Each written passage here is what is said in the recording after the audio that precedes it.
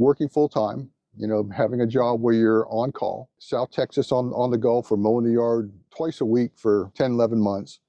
And basically we were just sleeping there and mowing the yard, you know, so why do that when we can downsize and get on the road and see the country and do what we want to do. So. Hi everyone, welcome back to my next video. Today we are in for a treat. We're going to meet Randy and Brenda. Hi, how are you? Hi, good morning. Good.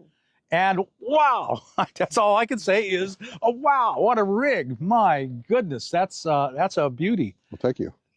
So how are you full-time on the road? Yep, full-time on the road. And how long have you been on the road? So we've been on the road for just over a year last month.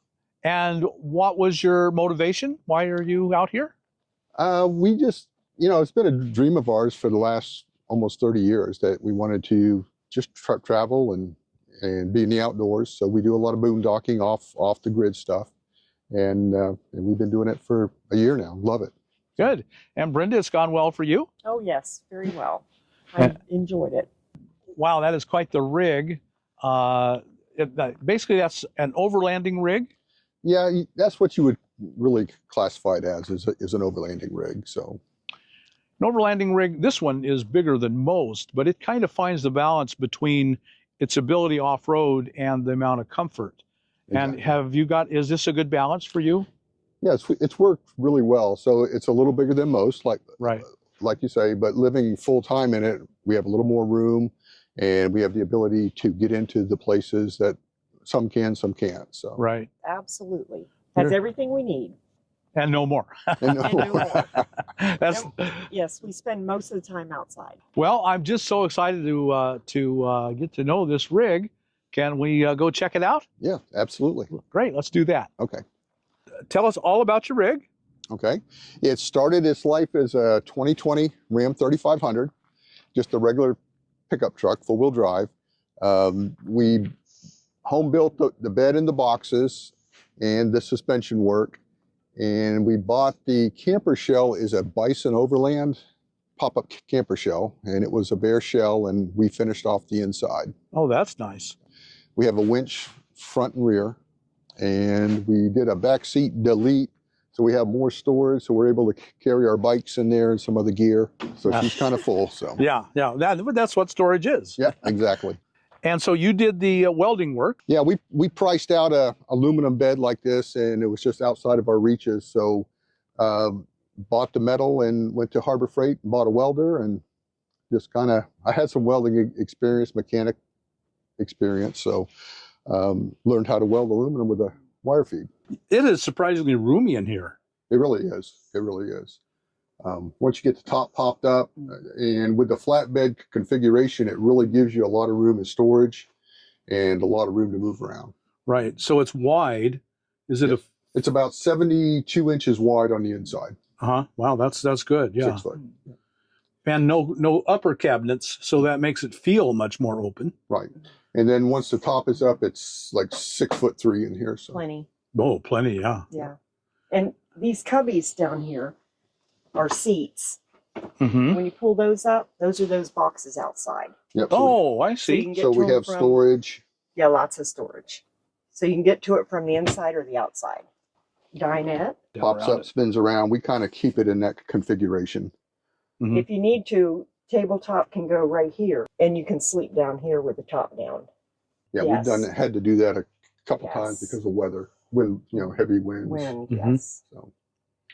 And it's been cold here in Quartzsite, and so I see you've got your insulation on. Yeah, these are insulated. We've been down to about 5 degrees Wow. in here and been comfortable. We have a diesel fired heater that keeps it toasty. So we have the queen size bed up here. And one of the things that we did is we went with what they call a Froli system.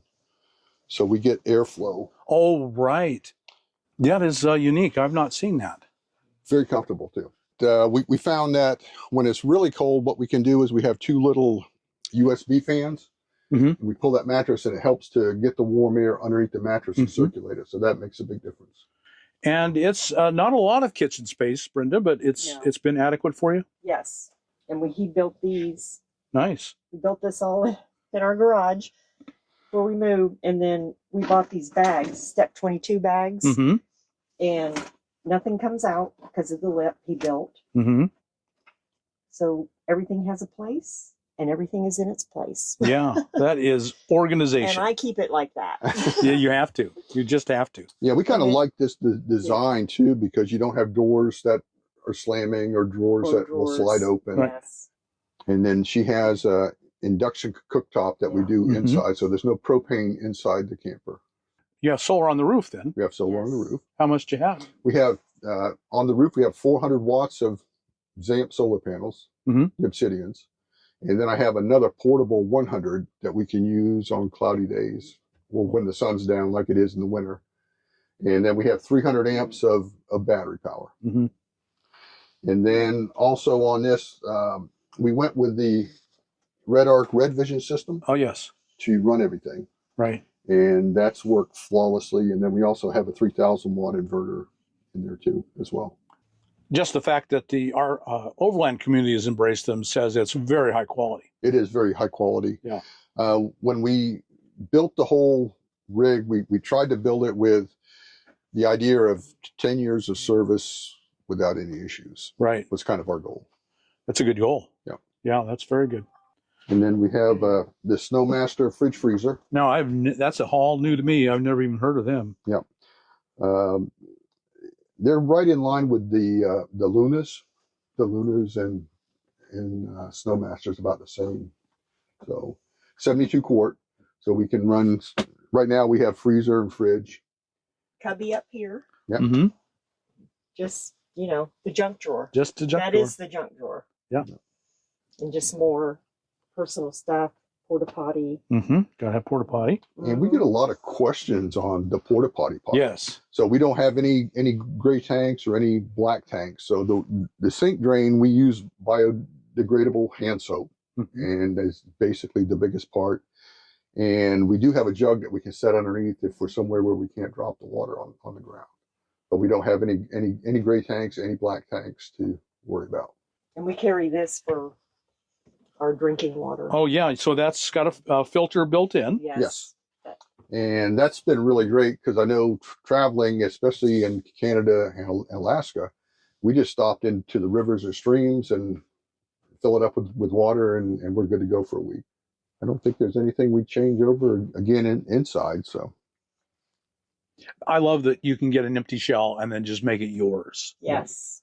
and that was one of the funny things is when we first got the camper is, we brought it back and built a dolly and we set it down on the dolly and after work in the evenings we'd go out in our lawn chairs and we'd sit in here and we'd imagine how we were going to do things. We had masking tape, had everything taped off, and I don't know, we did that for several weeks Yeah. before we Just get it all knew together. exactly what we wanted to do. So What water you doing for a shower?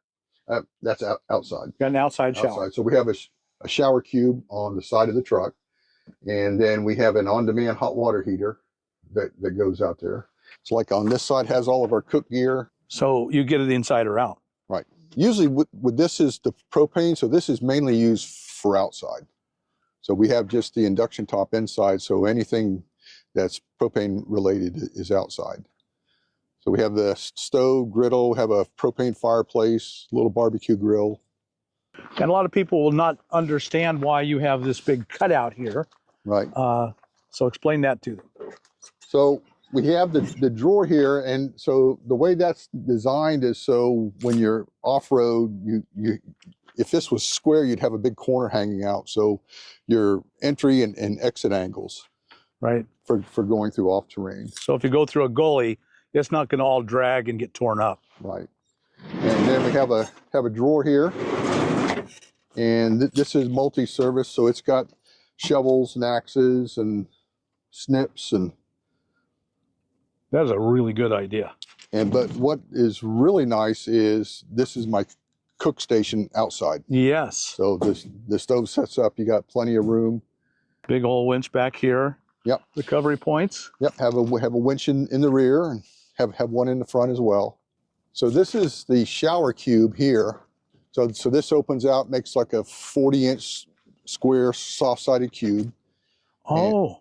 And then inside of here, we've got our lawn chairs, we've got some gold prospecting equipment, and then our shower bag is in there. So that has the hot water heater that hangs here.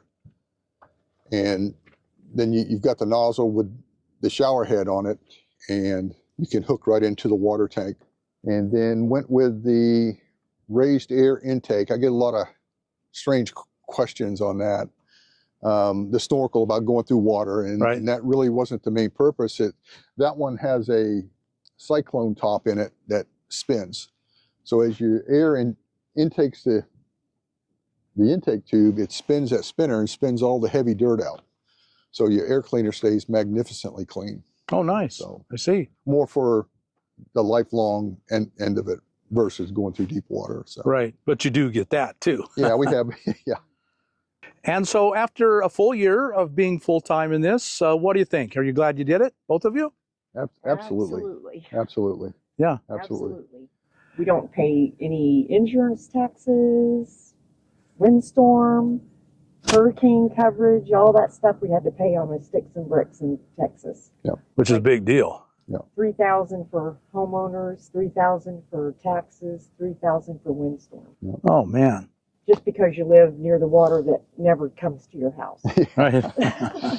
And that was one of the things too that really spurred us to when we made that hard date was working full time, having a job where you're on call, and South Texas on the go for mowing the yard twice a week for 10, 11 months. And basically we were just sleeping there and mowing the yard, so why do that when we can downsize and get on the road and see the country and do what we wanted to do. So. And so if people want to follow you along your adventures, and I'm sure you've got plenty of those, yep. How can they follow you? So they can follow us on Roaming for Adventure. And so we have an Instagram page, and Brenda does the Facebook page. Well, Randy and Brenda, thank you so much for sharing your magnificent home with us. Thank you. Your overlanding rig, as they say. And I just really, really appreciate it. I admire this a lot. I envy you having this a lot. Yeah. Thank you. So folks, if you got anything out of this video, and I know you did, like us on YouTube, subscribe to the channel, hit that thumbs up button, and we'll talk to you later. Bye now.